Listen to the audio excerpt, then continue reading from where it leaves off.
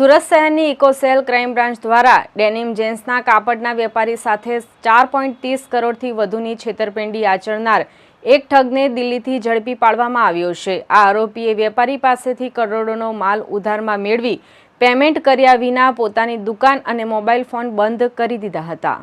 સુરતની ક્રાઇમ બ્રાન્ચમાં દાખલ થયેલી એક ફરિયાદમાં આરોપી શાહિદ અલી જાફર અલીએ ફરિયાદી ડેનિમના વેપારી શૈલેષ પટેલને લલચાવી અને લોભામણી વાતો કરી વિશ્વાસ કેળવ્યો હતો। તેણે વેપારી સિરસ્તા મુજબ સમયસર પેમેન્ટ ચૂકવી આપવાની ખાતરી આપી હતી। 29 નવેમ્બર 2016 થી 6 ઓક્ટોબર 2017 સુધીમાં સમયગાળામાં તેણે ફરિયાદી પાસેથી કુલ રૂપિયા 4,35,32,527નો ડેનિમ જીન્સના કાપડનો માલ 45 થી 60 દિવસની ઉધારીમાં મેળવ્યો હતો। શરૂઆતમાં આરોપીએ થોડું પેમેન્ટ ચૂકવીને વેપારીનો વિશ્વાસ જાળવી રાખ્યો હતો, પરંતુ ત્યારબાદ તેણે પેમેન્ટ માટેની માંગણીઓ ટાળવાનું શરૂ કરી દીધું હતું।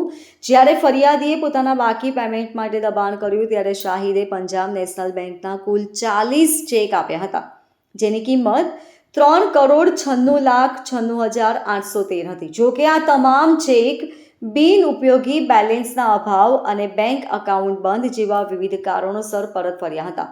આખરે કુલ 4,30,96,813નું પેમેન્ટ ન ચૂકવીને શાહિદ અલીએ તેની દિલ્હી ખાતેની દુકાન અને મોબાઈલ ફોન બંધ કરી દીધા હતા। પોલીસ ધરપકડથી બચવા તે નાસ્તો ફરતો હતો। સુરત શહેર ઇકોસેલ ક્રાઇમ બ્રાન્ચે આ મામલાની ગંભીરતાને ધ્યાનમાં લઈ તપાસ હાથ ધરી હતી। ટેકનિકલ અને માનવીય ગુપ્ત માહિતીના આધારે પોલીસે આરોપી શાહિદ અલી જાફર અલીને દિલ્હીના યમુના વિહાર કોલોનીમાંથી ઝડપી પાડ્યો હતો। આરોપીની ઉંમર 38 વર્ષની છે અને તે મૂળ ઉત્તર પ્રદેશના મેરઠનો રહેવાસી છે। પોલીસે 23 જાન્યુઆરી 2025 રોજ તેની ધરપકડ કરી કાયદેસરની કાર્યવાહી હાથ ધરી છે। આરોપીને સુરત લાવી કોર્ટમાં રજૂ કરી રિમાન્ડ મેળવવાની પ્રક્રિયા ચાલી રહી છે। પોતે ultra denim private limited company એક ચલાવતા હતા। એ ડેનિમ જીન્સના કપડાનો વેપાર કરતા હતા। 2016-17ના અરસામાં એક વ્યક્તિ જે પોતે દિલ્હીનો છે, શાહિદ અલી જાફર અલી, એ એમને મળ્યો હતો 2016માં અને એમણે કહ્યું હતું કે ભાઈ અમે હોલસેલમાં મોટો વેપાર કરીએ છીએ દિલ્હીમાં, તમારી પાસેથી અમે સ્ટોક લઈશું। અને 2016થી 2017ની વચ્ચે 11 મહિનાની અંદર 4,35,00,000 રૂપિયા જેટલો ડેનિમ જીન્સના કપડાનો એમણે માલ લીધો હતો ફરિયાદી પાસેથી। અને એ અનુસંધાને ફરિયાદીએ વારંવાર છેલ્લા 5-7 વર્ષથી એ આરોપીનો સંપર્ક કરતા હતા। ઘણી બધી વખત પેમેન્ટ માટે એમણે વાતચીત કરી હતી, પણ 4,35,00,000ની અંદર ફક્ત 4 લાખ રૂપિયા એમને પેમેન્ટ અત્યાર સુધીમાં, અને એણે આપેલા ટોટલ 40 જેટલા ચેકો, એ તમામ ચેકો બાઉન્સ થયા હતા। અને એ આરોપી જે છે એણે સ્ટોપ પેમેન્ટ પણ ઘણા બધા ચેકમાં બેંક એકાઉન્ટમાંથી કરાવેલું હતું।